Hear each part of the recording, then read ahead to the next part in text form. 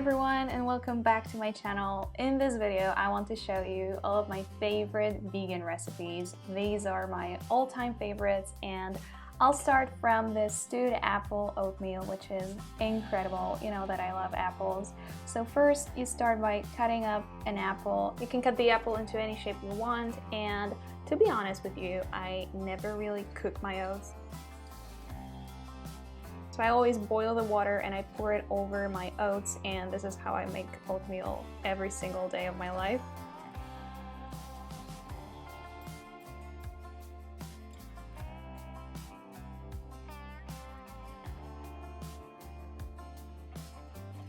After you've cut up your apples into pieces, you can add them into a small pot and add juice of 1 or half an orange. This is everything that I had, so that's why it's only half an orange, but you can also add some zest if you want.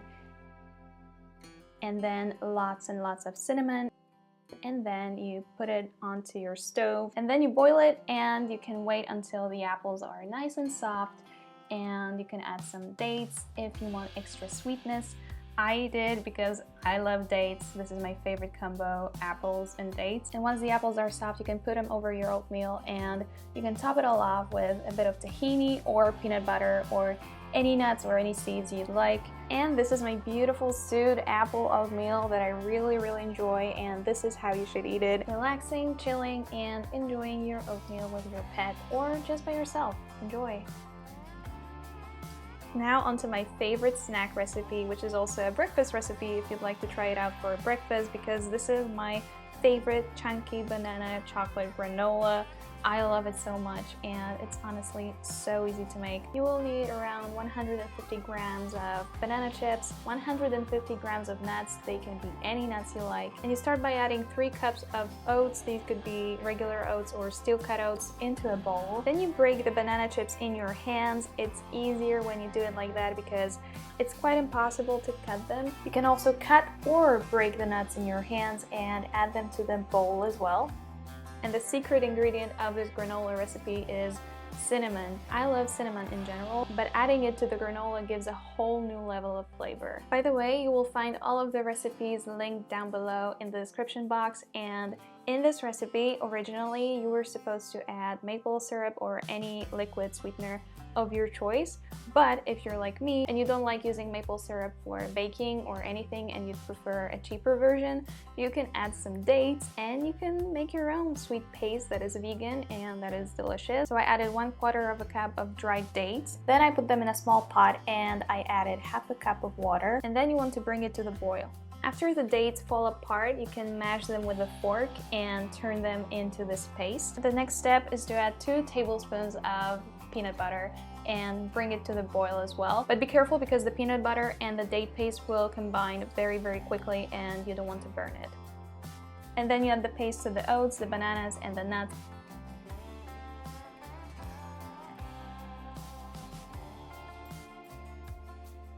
And you mix it all together so that everything is nice and combined.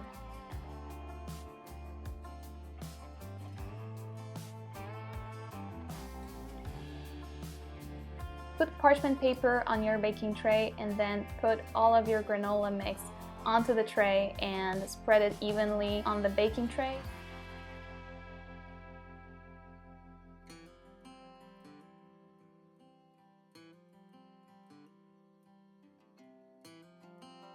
And bake for 30 minutes, stirring every 10 minutes.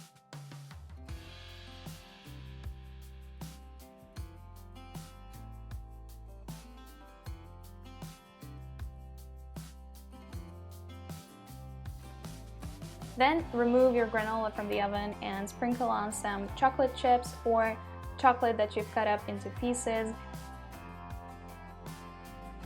And very gently fold chocolate chips or chocolate pieces into the granola.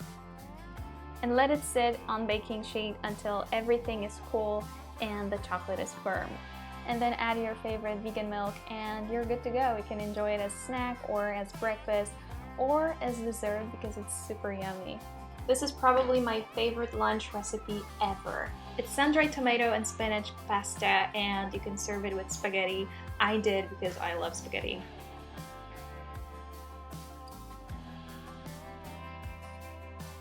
Start from chopping half an onion and cooking your lentils. You can buy them canned if you want. I just cook my lentils from scratch. And then cut a few sun-dried tomatoes into pieces.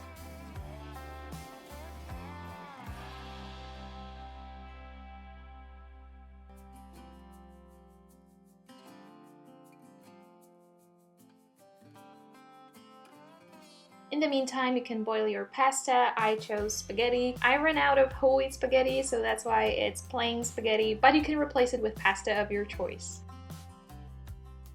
And then onto the frying pan, you want to add some olive oil and the chopped onion and fry it until the onion is translucent. Then add 1 clove of garlic and the sun-dried tomatoes and your lentils and mix it all together.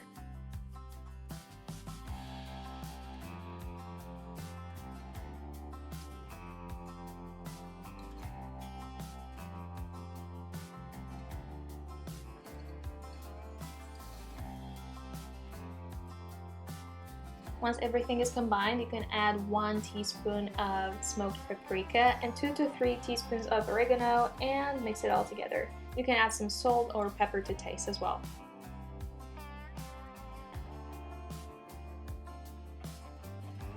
And then add 1 can of chopped tomatoes, bring it to the boil, and let it cook for around 10 minutes.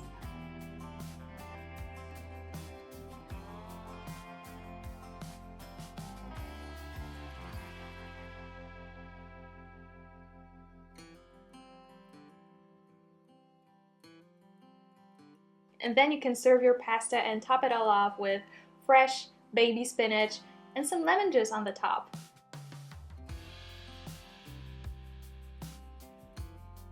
Honestly, when you mix it all together, the sauce, the sun-dried tomatoes, and the lemon juice and the spinach, oh my god, it's heavenly. I love it so much. I hope you'll enjoy it as well.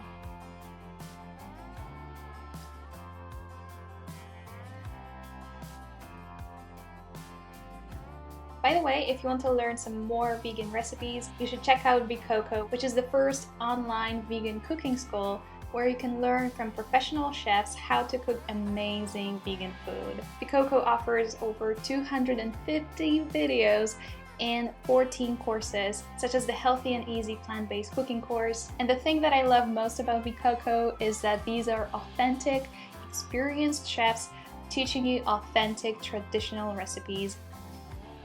I'm inspired to try all of these dishes, and if you are as well, go to vicoco.com/Laura to get access to your 14-day free trial. And if you choose to sign up for the membership, where you will get access to all of these courses, you will get 10% off of all of your purchases forever. So make sure to check out Coco. The link is in the description box. Okay, I know it's basic, but come on, sweet potato fries, anyone?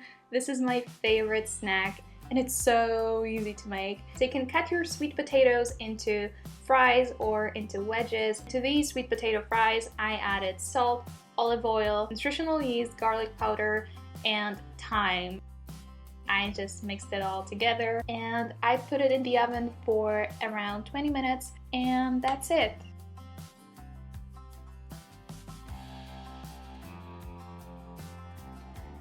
Honestly, I know how basic it is, but I eat my sweet potato fries with ketchup, and that's it. Don't come at me. And lastly, my favorite dinner recipe has to be this one pot curry, which I love. This version is absolutely delicious. It takes no time to make and everyone can make it. So you start by cutting some potatoes into cubes. Then to the pot, you want to add 3 cloves of garlic,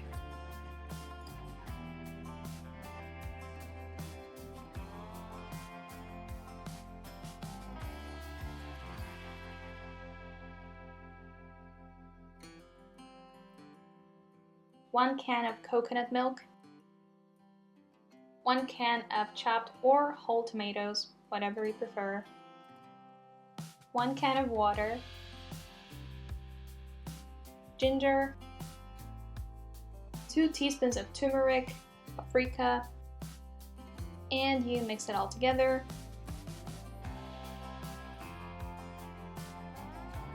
And bring it to the boil, cooking for around 20 minutes. Then add some quinoa and cook for another 10 minutes. And after that, add chickpeas and spinach or kale. If you choose kale, remember to massage it first and remove the stems.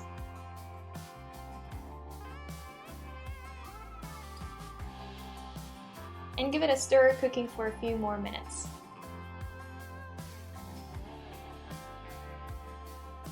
And that's it. It's so quick, so easy, super affordable, and pantry friendly, so I cannot recommend this recipe enough. That's it. Please let me know if you're going to recreate any of those, and let me know what your favorite vegan recipes are. I can't wait to learn more from you guys, and make sure to check out Coco if you want to learn more traditional, authentic vegan recipes. Also, you can watch some more of my vegan videos. Here is a playlist for you guys, and make sure to subscribe to my channel, follow me on Instagram, and you can also support me on Patreon now if you want. Thank you so much. I'll see you in my next video. Bye!